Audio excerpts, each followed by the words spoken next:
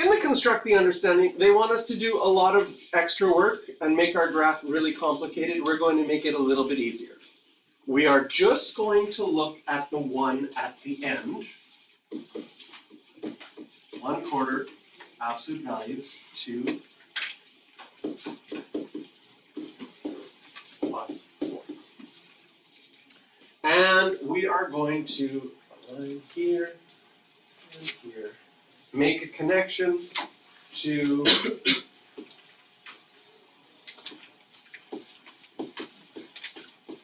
our parent graph, y equals absolute value of x. That's our parent graph. So we recognize in this question they have the absolute values. So we go, what's the most simple absolute value graph that we know? It's the absolute value of x. Now what the question had wanted you to do was, can you first graph it with a 2 inside? And that would be a horizontal compression. And then can you add something and graph that? And add something and graph that, add something and graph that. And then eventually graph the whole thing by slowly, step by step, adding graph after graph after graph after graph. Now I know that your most favorite thing in math is drawing lots of graphs. So I'm sorry, we're going to simplify this, and instead of drawing 6 graphs, we're just going to graph the last one here. But before we do that, we're going to just label every number that we see. So first of all, do you see this 1/4? It is outside the function. That would be vertical, and because it's a quarter, it would be a compression.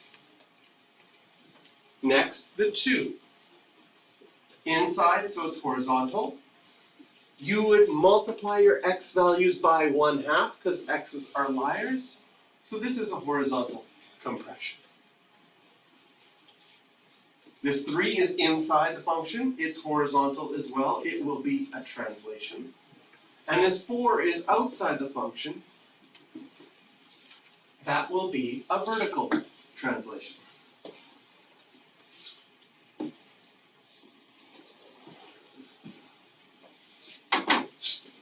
And the technique that we're going to do is very similar to the technique we've already been doing.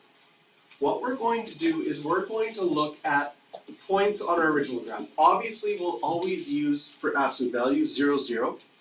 Then there's a ton of other points that we could use. I'm going to use 4, 4 and minus 4, 4. And we'll see why those might be strategic in a bit. Well, then I'm going to take those points, 0, 0, 4, 4, negative 4, 4. And we're going to do something to them, but we will always do stretches, compressions, reflections.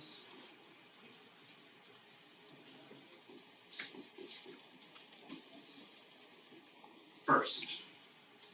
We'll do all of our stretches and reflections first. We're going to find out what point we get after doing that. Then we're going to do another set of arrows. And this will always be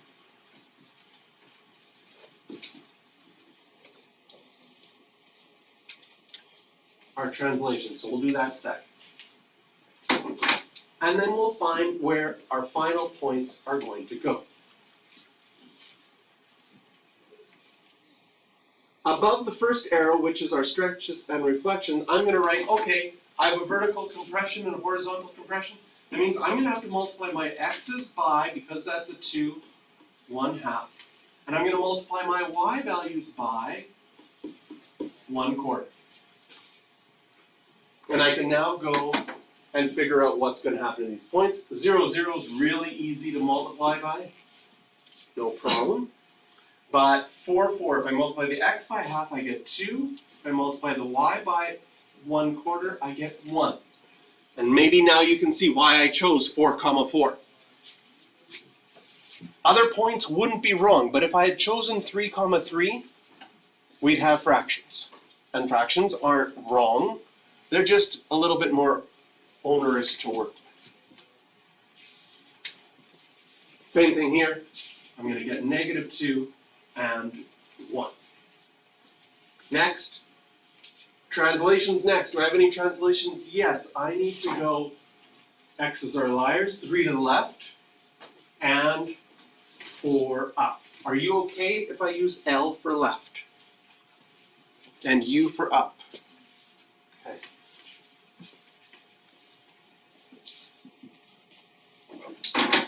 So as a result, 3 to the left, this will be -3. 3 to the left, -1. 3 to the left, -5. Up 4. Get me to 4. Up 4 will get me to 5. Up 4 will get me to 5.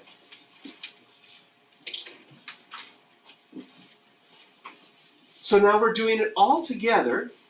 And the crazy thing is, by doing these 3 points, and I'm going to label these points now, so I've got -3, 1, 2, 3, 4. -3, 4. -1, 5. -5, 5.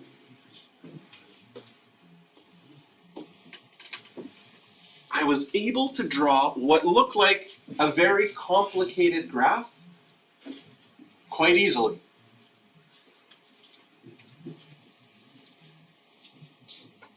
So if we think just a week ago, we were just learning what the absolute value of x looked like, and now we can put any numbers with any absolute value x that we want, and we can graph it. In fact, we can now use this strategy to graph any function if you know what the parent graph starts with. This strategy lets you graph any function in any situation. So that's part of what makes this so powerful in grade 12. We can use it to graph lines. But you learned y equals mx plus b for lines, and that's a really nice shortcut. We can use it to graph parabolas. And I know that your vertex form was helpful, but you might even start to like this better for parabolas than what you learned in grade 11. And for sure, you're going to use it for all of your other graphs. So let's go to example 1.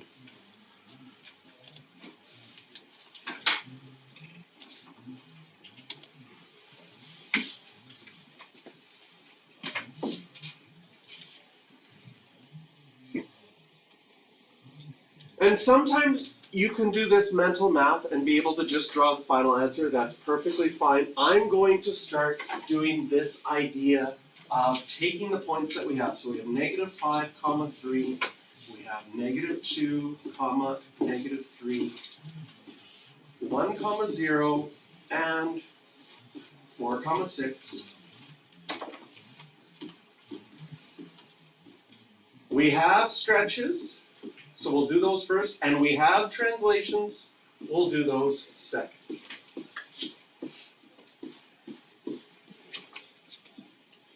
What do they tell us in this question? Sketch and label its image after a vertical compression by a factor of 1/3.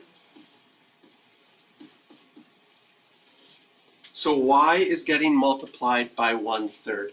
Just highlighting idea here.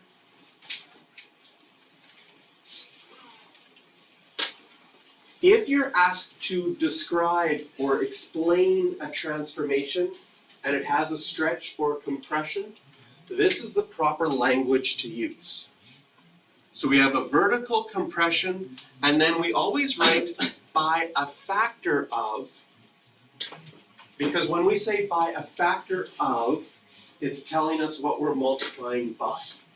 Oh, there used to be, I would go to grade 12 exam marking sessions, and there would be arguments.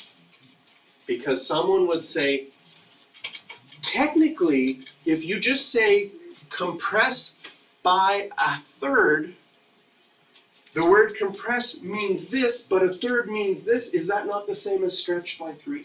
And then people would argue of whether or not they should take off marks for students or not. And so it sort of got to a consensus that if you put in this by a factor of, you take away that argument. Because someone would argue, is not, if you're doing it in half, couldn't you call that stretch by a half? But stretch kind of doesn't, the words don't work well together. So the proper way to have it is to have this by a factor of, and then you get rid of any kind of arguments that people would have. So that's, we've got y by a third, and then we have a translation, 2 up, that would happen second, 2 up. Do you see that the only things that are changing then are y's? So to make things go faster, I know my x's are never changing. They're always going to be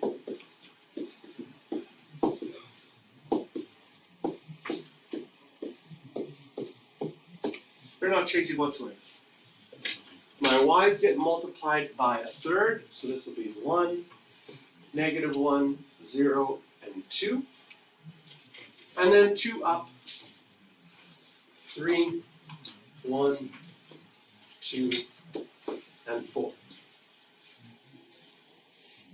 Yes? My question is, if we go, why would you pick the left point? I mean, we just had a graph which had this. Mm-hmm. We had this point. Mm-hmm. Now we're choosing the left point from something like this. I would have chosen the bottom point just because it's the bottom point. I do have the bottom point, it's here, the second. Oh. I have all, so in this graph, it looks like these were 4 places where things changed. I did all 4. Okay. Yeah. Okay, and now I can label where did those 4 points. Well, -5, 3 ended up right back where it started. But -2, -3 is now here at -2, -1, or 2, 1, and 1. I have 1, 2, and I have 4, 4. And if I join those with a straight line, that's my final graph.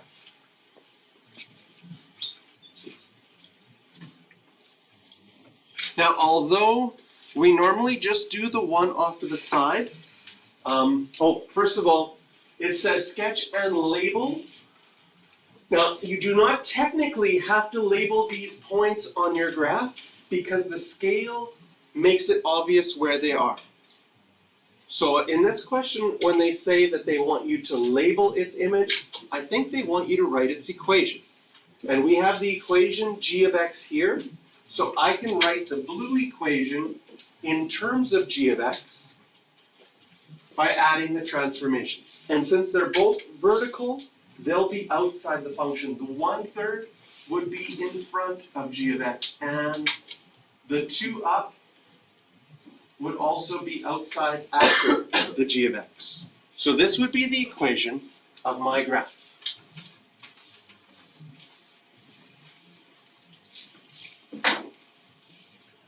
Now there's something interesting that happens in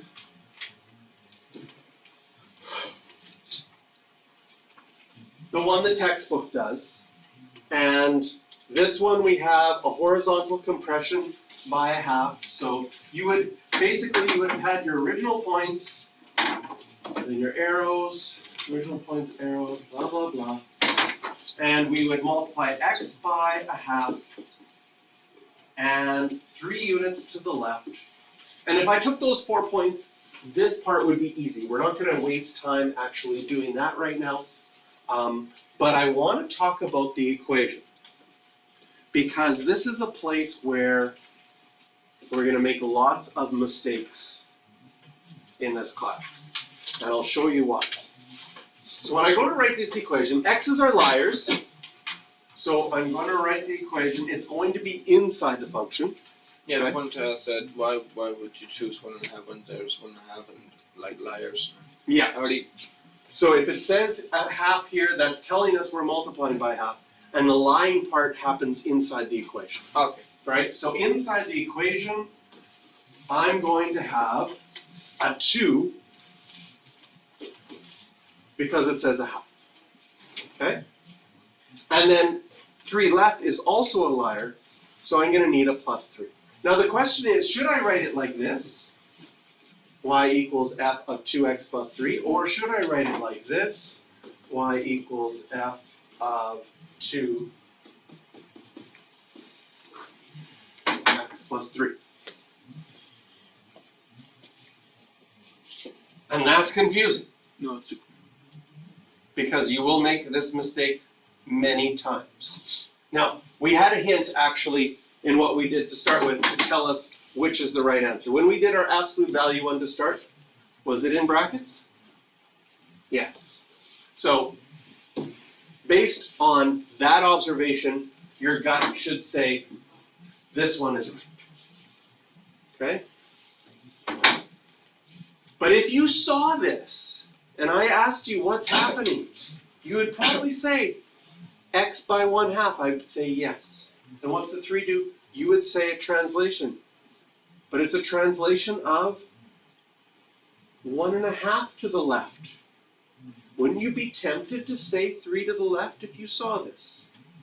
And I guarantee you, your exam, and I'm telling you right now, I'm going to put it on your test, you're going to have some like this. So we're going to make a special note that some of you will forget over and over again. And then I'll say, hey, do you remember a special note? Like, oh. Okay, so, special note.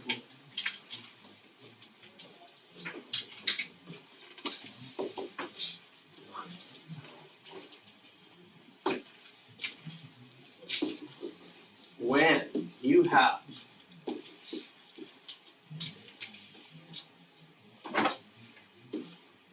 a horizontal stretch or compression or reflection, any one of those,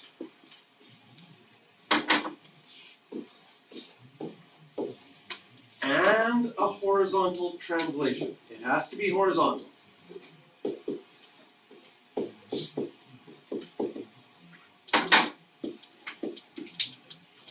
You must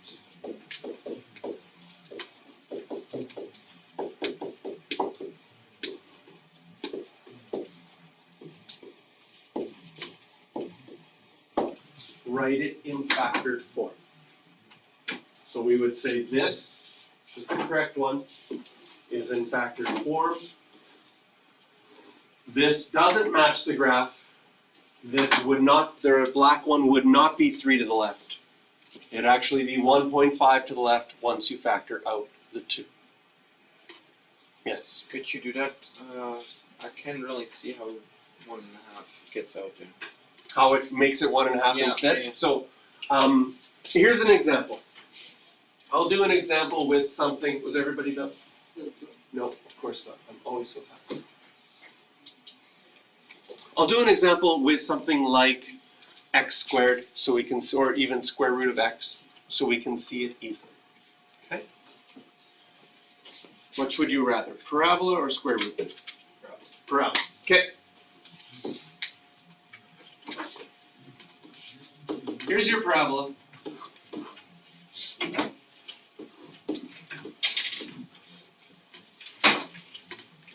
And I want to graph okay.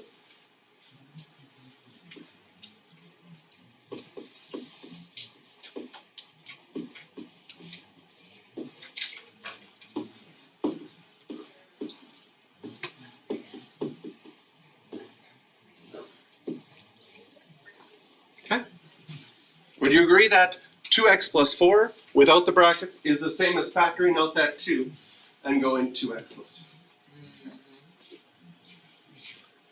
Do you see that all the numbers I chose were numbers inside the function? So those are going to affect everything horizontal. So it's not moving up and down at all. It's not going away from the y at all. What number should I put in to get my x-intercept? What number could I plug into this equation to get y is equal to 0? What number can I plug in for x so that my answer is 0? A little bit of mental math. What do you see? X is equal to, x is equal to -2. Negative 2, let's test it up here. If I plug in negative 2 times 2, I get negative 4. Plus 4, do I get 0? Yep. So I know this point is on my graph. If I plug in negative 1, can you see that you would get 4? And if I plug in negative 3, I also get 4. Here's my, just with my table of values, there's my parabola. I didn't do any grade 12 math really, I just did a table of values. When describing what's happened in grade 12, this 2 inside the function is a horizontal compression. That would squish it. Does my blue graph look narrower than my blue graph? I should have changed colors. My second blue graph narrower than my first blue graph? Absolutely. And did the second graph move 2 to the left or 4 to the left? It moved 2 to the left. So there's a showing why it's moving 2 to the left and why the factored form has to be there. Okay? So here's our special note. And this only happens with, but of course it has to happen with the x's, because the x's are liars. They're the ones to cause us problems. I had a student once with this special note put a reminder into their phone for 10 p.m. every night. This note came up and they had to read it, and they're like, oh yeah.